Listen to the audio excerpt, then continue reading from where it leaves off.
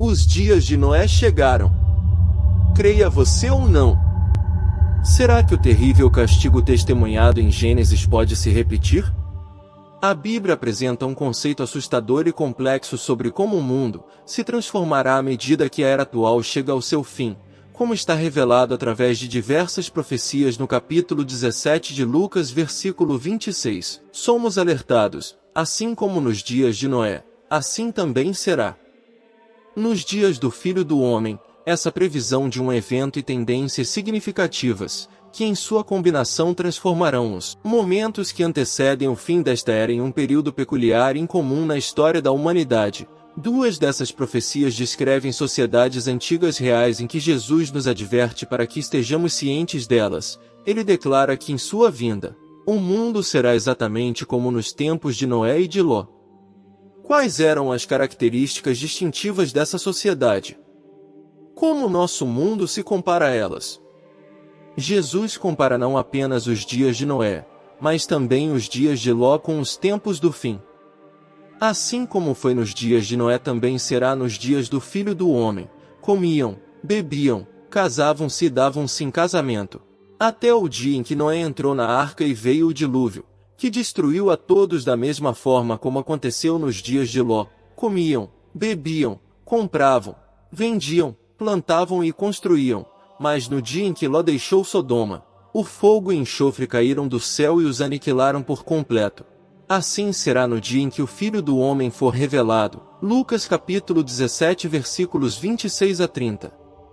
Jesus destaca um aspecto final dos últimos dias que estava presente na sociedade de Noé e Ló. Ele menciona essas atividades: comer, beber, casar-se e dar-se em casamento até o dia em que Noé entrou na arca e veio o dilúvio, que destruiu a todos. Jesus menciona 8 atividades específicas: comer, beber, casar-se, dar-se em casamento, comprar, vender, construir e plantar. Não há nada intrinsecamente pecaminoso em nenhuma dessas atividades. Então, qual era o problema? O problema era que eles estavam tão imersos nessas atividades, como vemos claramente nos dias atuais, que não reconheciam os dias em que estavam vivendo. Vamos resumir esses problemas em uma palavra chamada de materialismo. Eles estavam tão imersos no material que não tinham mais compreensão ou atenção para o espiritual e o eterno. A característica final dos dias de Noé e de Ló era o materialismo. Hoje existe, em nossa era, em que a civilização ocidental está virtualmente inundada por esse materialismo. E isso de forma alguma exclui a Igreja. Temos muitos cristãos professos, que são tão materialistas em seus corações quanto os que não professam o cristianismo. Talvez eles um pouco menos demonstrativos sobre isso, talvez não seja tão aparente em seus estilos de vida, mas eles estão absorvidos pelo materialismo. Jesus nos advertiu que se formos sugados pelo abismo do materialismo não estaremos prontos. Quando ele vier, ele afirma que estaremos na mesma categoria das pessoas nos dias de Noé e Ló. O relato paralelo em Lucas capítulo 17 versículo 26 nos dá esse aviso. Assim como foi nos dias de Noé, também será nos dias do Filho do Homem. Para compreendermos os dias anteriores ao retorno de Jesus, precisamos descobrir como eram os dias de Noé.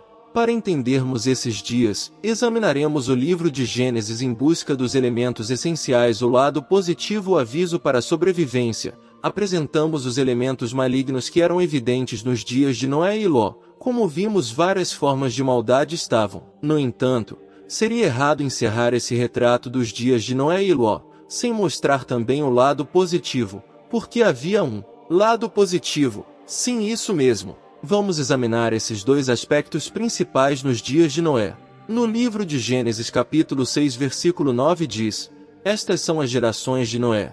Noé era homem justo e íntegro entre os seus contemporâneos. Noé andava com Deus. Havia um homem entre todas aquelas pessoas que tinham relacionamento íntimo e pessoal com Deus. Podia falar com ele, contar-lhe como via a situação e o julgamento que ele traria sobre a terra. O comportamento Noé, citado nas Escrituras, estabelece um padrão que devemos seguir. Noé e sua família eram os únicos sobreviventes daqueles dias. Na Epístola aos Hebreus capítulo 11, há apenas o registro de um versículo sobre Noé. Pela fé Noé, quando divinamente orientado acerca dos acontecimentos que ainda não podiam ser vistos, movido por santo temor, construiu uma arca a fim de salvar família. Por intermédio da fé ele condenou o mundo e foi feito herdeiro da justiça que vem da fé. Hebreus capítulo 11 versículo 7. Embora haja muito que seja maligno e assustador no retrato dos dias de Noé e Ló, e muito também que se alinha com os aspectos malignos e assustadores de nosso tempo, também devemos olhar para o outro ponto positivo. Precisamos ver que nunca há uma situação para a qual Deus não tem uma resposta preparada de antemão.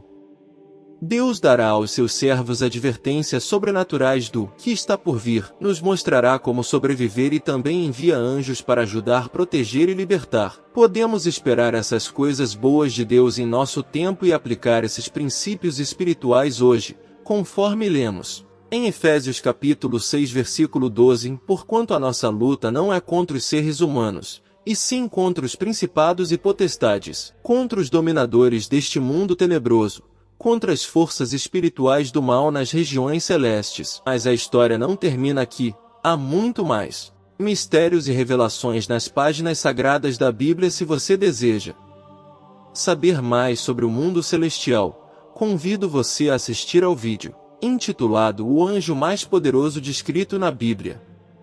Espero que este vídeo venha contribuir para abrir a sua mente para uma compreensão mais ampla do plano divino. Deus está sempre nos revelando algo para o nosso bem maior, que é a salvação de nossas vidas. Deus o abençoe e não esqueça de se inscrever em nosso canal Bíblia Secrets, acionar o sininho para receber toda semana notificações e deixe o seu like. Shalom, que vem em Deus.